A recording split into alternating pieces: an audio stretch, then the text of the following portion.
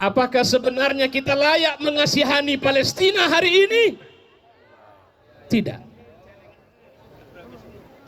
Kita layak berterima kasih kepada mereka karena detak keras jantung, detak keras ruhul jihad yang datang dari Palestina itu akhirnya mengumpulkan kita sejak sebelum subuh tadi dan sampai sekarang ini untuk memberikan kesaksian di hadapan Allah. Ya Rabb, kami bahagian dari darah, kami bahagian dari detakan jantung, kami bahagian dari mereka yang berada di front terdepan, dan kami di sini menyatakan diri birruh bitam nabdi kaya aqsa. Kita mengatakan demikian. Tapi sebenarnya saya khawatir itu hanya keluar dari mulut kita, bukan dari hati kita. Ketika itu keluar dari hati kita, maka sebenarnya kenapa para mujahidin di Palestina mereka menutupi wajah mereka sehingga tidak ada satupun yang tahu seperti apa wajah Abu Ubaidah? Kenapa para mujahidin ketika berperang mereka juga masih menutupi wajah mereka?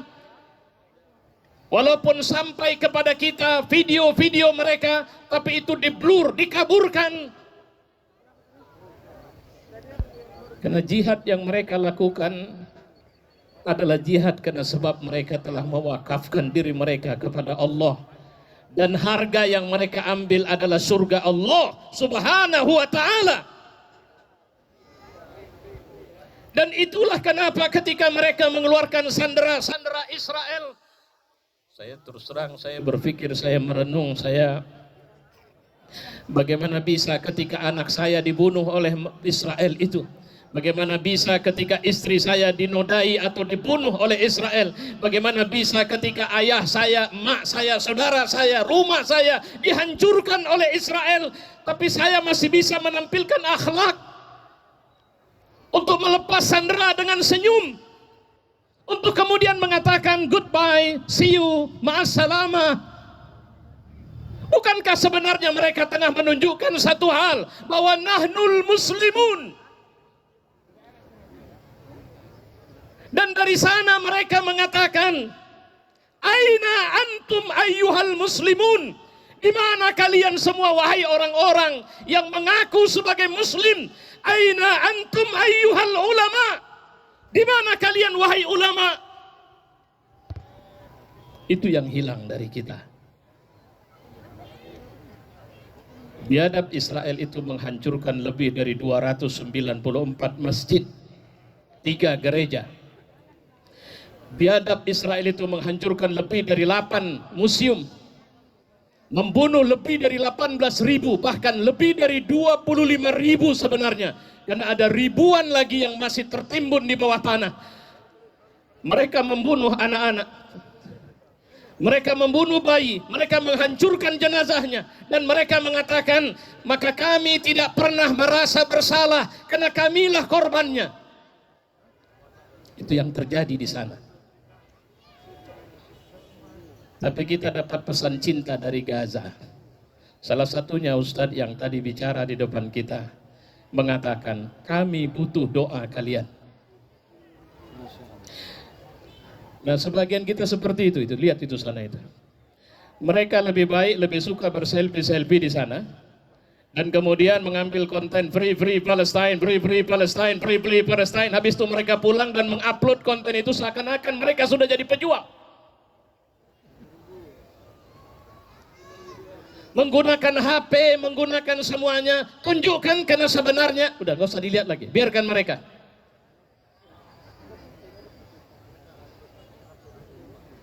Karena jihad itu bukan kita yang pilih, menjadi mujahid itu bukan kita yang pilih, Allah yang pilih. Menjadi syahid itu bukan kita yang pilih, tapi Allah yang pilih.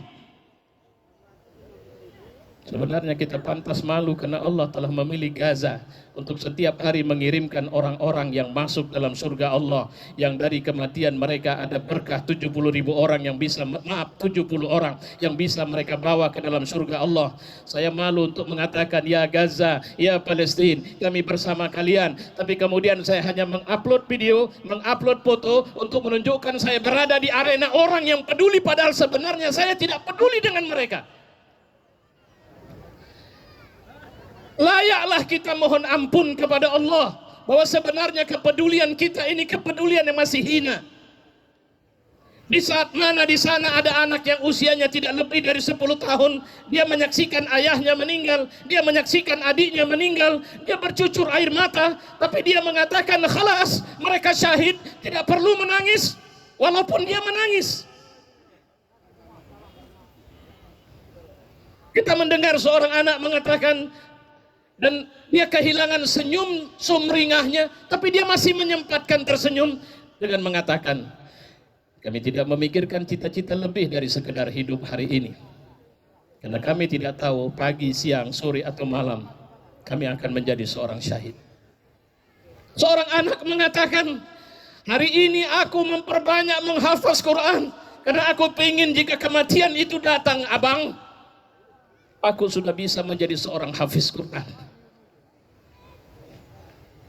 Seorang istri mengangkat tangannya mengatakan, alhamdulillah suamiku syahid. Betapa cemburunya kita kepada mereka, karena Allah memilih mereka untuk menjadi orang-orang paling bertakwa di muka bumi ini, yang paling mampu menunjukkan keberimanan, cinta mereka kepada Allah, yang paling bersih ruhul jihadnya. Masya Allah. Ketika di kota-kota Gaza itu sebelumnya banyak sekali foto-foto ditempel seperti di Medan atau di Indonesia, sekarang banyak poster foto ditempel, tapi itu poster caleg dan capres. Di sana mereka menempel poster syahid, sehingga seorang anak berjalan dia akan bertanya, ayah, foto siapa ini? Itulah foto syahid kita nak, yang kemarin dirudal oleh Israel. Ayah, bagaimana caranya? Jika satu hari kelak putuku ada di sini, maka jangan pernah menghilangkan mimpi sebagai seorang syahid. Tidak ada cita-cita mereka kecuali mengatakan asma amanina al-mautu fi sabilillah. Cita-cita tertinggi kami adalah mati di jalan Allah. Itu yang hilang dari kita. Kita jangankan mati di jalan Allah. Ustaz Bakhtiar Nasir tadi pagi mengatakan, kalau saja mereka jual diskon sampai 50%, mau beli? Kita tak sanggup, kita ikut antri. Saya cemburu kepada orang-orang yang mereka tidak muslim ada di Eropa. Mereka datang itu ke Starbucks itu. Kemudian dia pidato di sana, hei, kalian meminum darah-darah warga Palestina. Kalian minum darah-darah anak-anak yang dibunuh oleh biadab bangsat Israel itu. Dan sekarang kalian enak-enakan minum di sini bahwa Israel melakukan kebiadaban kemanusiaan di sana. Kalian meminum segala sumber yang bisa membuat mereka bertahan. Hari ini jihad kita sebenarnya seharusnya adalah menunjukkan pada titik yang paling kecil jika kita ingin menyertai mereka, bahwa boykot semua produk Israel itu. Jangan dengar kalimat kami adalah muslim, kami jualan di sini, kami muslim, kami mau cari makan di mana. Rek sama kalian. Hari ini sebenarnya kita tidak bicara tentang abu-abu. Kita bicara tentang hitam atau putih. Kita bicara tentang iman atau kafir. Dunia sudah menunjukkan, Amerika sudah menunjukkan, Inggris sudah menunjukkan, Uni Eropa sudah menunjukkan bahwa mereka para bangsat semua yang menolong, membantu Israel untuk membantai orang-orang di Gaza. Terus kita bilang bahwa kita harus tenang, kita tidak boleh untuk kemudian berlaku radikal. Makan kau radikal itu. Takbir. Allahu Akbar. Ini saatnya kita menunjukkan bahwa nahnul muslimun. Mohon maaf kepada para ulama, saya tidak sedang merendahkan karena dari sekian banyak ulama di kota Medan, antumlah semua yang hadir di sini. Kita bangga kepada Ketua Majelis Ulama. Saya mohon maaf, Ustadz Maratua Simanjuntak. Saya merasakan ruhul jihad saya bergelora terus sejak antum menjadi Ketua Majelis Ulama di Provinsi Sumatera Utara. Ketika kita datang untuk menawarkan, Ustadz, ayo kita gelorakan aksi bela Palestina. Beliau mengatakan ketika ada yang bilang, majelis ulama bukan majelis untuk demonstrasi. Beliau mengatakan, ini bukan cerita majelis ulama atau tidak majelis ulama. Ini cerita keberpihakan kita kepada Palestina. Sejauh mana? Allahu Akbar. Allahu Akbar. Allahu Akbar. Allahu Akbar. Kita bersyukur majelis ulama kita, Masya Allah, telah menunjukkan komitmen. Saya pikir sudah hampir 2 miliar atau lebih disumbangkan untuk kebutuhan saudara kita di Palestina. Coba masalahnya kita siapa? Kita orang yang peduli mereka. Tahukah Anda bahwa sebenarnya ketika saya berteriak-teriak di sini ada berapa syuhada yang di sana meninggal? Ada berapa rumah dihancurkan? Ada berapa kamp pengungsian yang dihancurkan? Bangsat-bangsat Israel itu terus melakukan gempuran dan mereka tidak peduli. Dan bangsat Joe Biden, pemimpin Amerika Serikat, itu kemarin memerintahkan utusannya untuk memveto resolusi PBB yang mengusulkan gencatan senjata. Saya sebut bangsat karena memang harus bisa disebut sebagai atau lebih kecil dari sekedar bangsat. Tapi jangan lupa, ketika kita semua lahir, tanyalah kepada ibu kita jika dia masih ada. Kelahiran kita itu pasti disertai darah. Ada darah, pasti. Ada tangisan, pasti. Yang menangis kita, yang berdarah ibu kita. Hari ini jantung umat Islam itu sedang berdarah.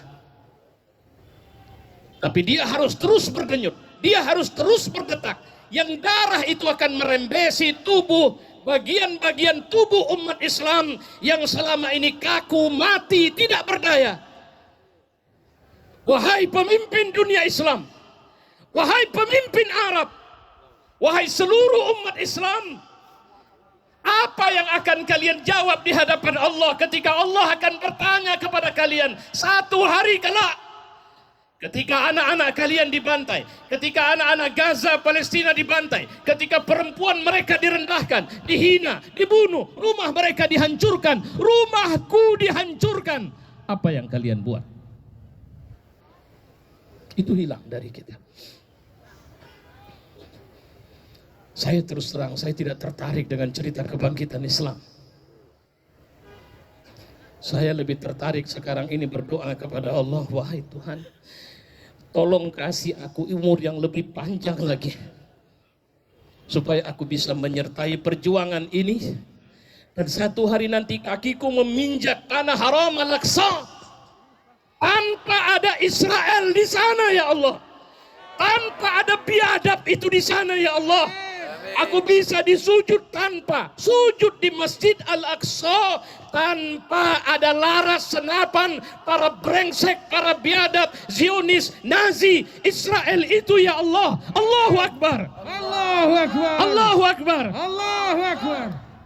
Kalau saja itu tidak bisa ketika seperti aku, dan mohon maaf ini kepada para ustadz, saya terus terang, saya tak tahu, tapi saya kira, nanti boleh tegur saya, sampai sekarang saya tidak pernah punya mimpi mau ke Al-Aqsa. Saya tidak sudi masuk masjid itu ketika Zionis Israel berdiri sebagai marbotnya. Saya tidak mau. Kalau ditanya, saya lebih suka pergi ke Gaza. Walaupun Gaza hancur lebur, lebih dari 60% rumah dihancurkan. Dan setiap datang mereka yang kita sebut sebagai syekh yang bicara seperti tadi, saya mengambil berkah dan meminta anak-anak saya salam kepada mereka. Karena apapun ceritanya, mereka lahir di bumi Ardul Muqaddasah. Kalau Allah mengatakan dalam Quran, itulah tanah yang disucikan Allah. Nabi pernah bilang, tuh dari sana malaikat mengepakkan sayapnya, Dan Aqsa atau Palestina atau Gaza itu menjadi bumi, atau Syam kalau bahasa Nabi, itu menjadi bumi yang paling haus darah syuhada. Itulah bumi yang paling berkah karena kematian mereka syahid. Itulah bumi yang paling berkah karena perempuan-perempuan mereka tidak melahirkan manusia-manusia rendah moralnya. Tidak melahirkan anak-anak pemain game. Tidak melahirkan anak-anak yang ngobrol di kafe berjam-jam. Wanita-wanita mereka melahirkan manusia seperti Muhammad Al-Dib, Syekh Ahmad Yasin, Abdul Aziz Rantisi, Yahya Sinwar, dan yang paling populer di tengah kita, Abu Ubaidah. Allahu Akbar. Makanya seorang ayah mengatakan, saya tidak bisa membayangkan ketika seorang jurnalis dia memberikan laporan tentang itu dan akhirnya dia terdiam lama. Rupanya ketika dia tidak bisa bicara, dia baru mendengar kabar bahwa 21 keluarganya terkubur dan tidak bisa diangkat dari reruntuhan itu. Termasuk ibunya yang baru saja meneleponnya dengan mengatakan, jika ini semua ini sudah selesai nak, kau pulanglah karena ibu rindu kepadamu. Ibu ingin masakkan kau kue yang kau sukain itu. Saya tak sanggup bayangkan. Saya malu kepada Allah ketika meminta anak saya hadir kemari saja. Mereka tidak segegas atau seperti anak-anak di sana yang mereka terbiasa. Kalau Bang Onim mengatakan, saya 12 tahun tinggal di Palestina, saya 12 tahun tinggal di Gaza, tapi ternyata saya tidak setegar mereka. Hussein Gaza juga, dia sudah keluar dari sana. Tempat dia tinggal dibombardir Israel habis-habisan hari ini. Israel punya rencana, Amerika punya rencana, Inggris punya rencana, Uni Eropa punya rencana akan menghabisi atau mengurangi minimal separuh penghuni Gaza. Dan hari ini kita sampaikan kepada dunia, wahai Israel, wahai Amerika, wahai Uni Eropa, wahai Inggris, kalian harus tahu, kami tinggal di Sumatera Utara, tapi kami adalah warga Gaza, kami adalah warga Palestina, kami adalah warga negara Islam yang akan berdiri di bumi Palestina. Allahu Akbar, Allahu Akbar. Ikutin saya. Birru, Bidam, nafdika ya Aqsa. Nabdika ya Aqsa. Kita serahkan ruh kita serahkan batin kita serahkan zahir kita serahkan semuanya. Karena tidak ada kematian yang paling indah kecuali sebagai syahid. Bukankah ibu-ibu sudah melihat bagaimana ada video seorang anak yang mengatakan, ayah, aku tidak melihatmu, tapi aku melihat bangunan itu demikian besar dan demikian indah. Dan aku melihat air-air itu begitu jernihnya ayah. Apakah ini surga ayah? Setelah dia mengucapkan kalimat itu, akhirnya dia pun meninggal dunia. Bukankah itu sudah kita lihat? Itu bukan dari film. Itu bukan cerita dongeng. Itu bukan fiksi Marvel. Itu fakta yang hari ini sedang bergelora di sana. Itu fakta yang hari ini sedang terjadi di sana. Itu fakta.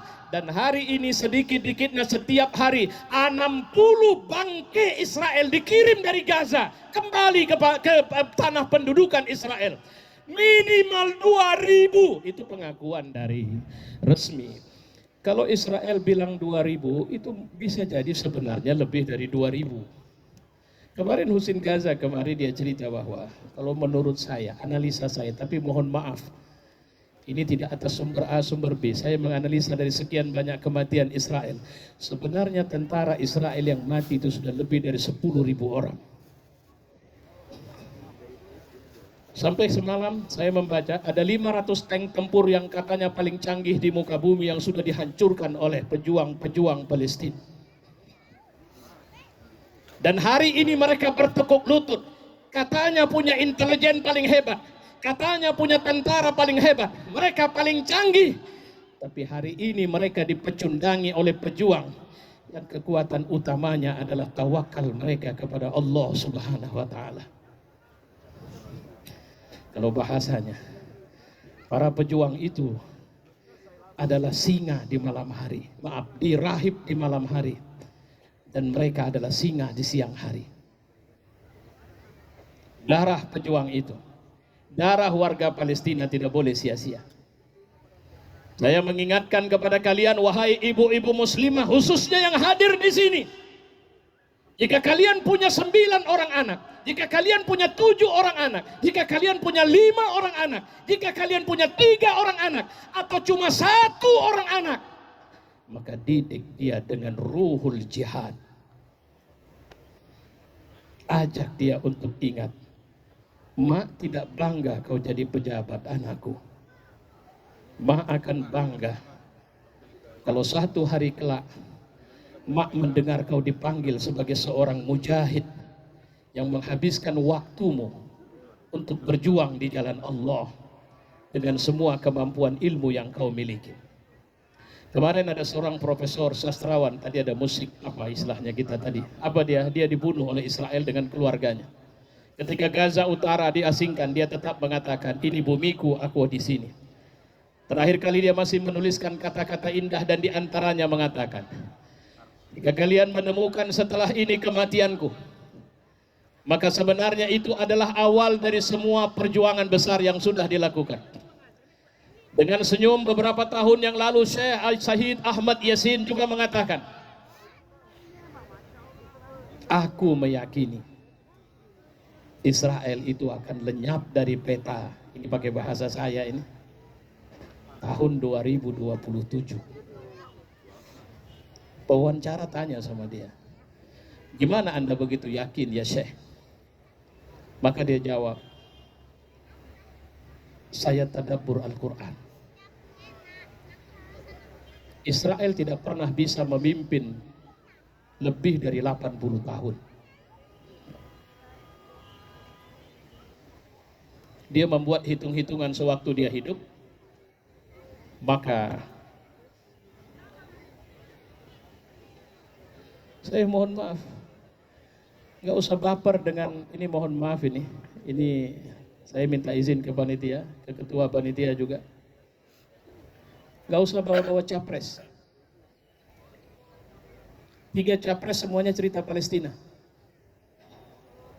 Saya tidak usah bilang yang mana. Yang satu bilang, kalau kami menang, dukungan kepada Palestina akan semakin menguat. Yang satu bilang, kalau saya menang, negara yang pertama saya kunjungin adalah Palestina. Yang satu bilang, saya tidak mau banyak cerita. Tapi kemudian dia kirim sekian miliar duitnya untuk membantu. Dia datangin pejuang Hamas. Maka saya bilang, biarkan politik bekerja di situ. Dan kalau mau isi dengan ruhul jihad yang kita miliki. Sehingga kalau kata Ustadz Baikuni tadi 2024 kebangkitan, oke. Tapi siapapun presidennya, maka amanah kebangkitan Islam harus terus kita kerjakan dan kita jalankan.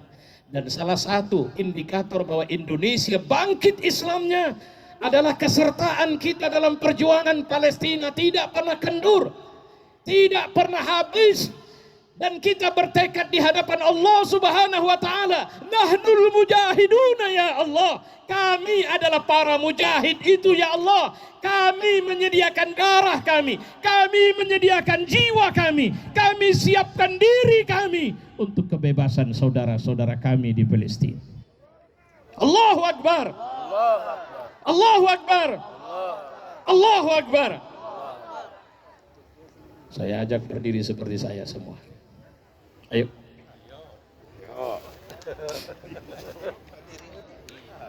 Ayo jamaah, berdiri jamaah. Ya. Ini bukan lantas setelah ini langsung pulang, bukan. Saya cuma hanya mengajak kita mengikrarkan, tapi yakinlah mulut kita ditentukan oleh suasana hati kita.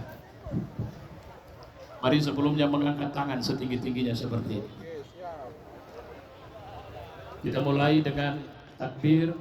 Nanti saya akan mengatakan kita semacam bukan baiat, tapi tekad besar bahwa kita akan menyertai saudara-saudara kita di Palestina. Takbir! Allah Akbar! Takbir! Allah Akbar! Takbir! Allah Akbar! Birruh! Biddam! Naftika ya Aqsa! Birruh! Biddam! Naftika ya Aqsa! Birruh! Biddam! Naftika ya Aqsa! Insyaallah Allah kita akan membersamai para syuhada di dalam surga Allah nanti. Tapi jangan lupa bahwa sebenarnya kita membersamai mereka hari ini dalam jihad kita.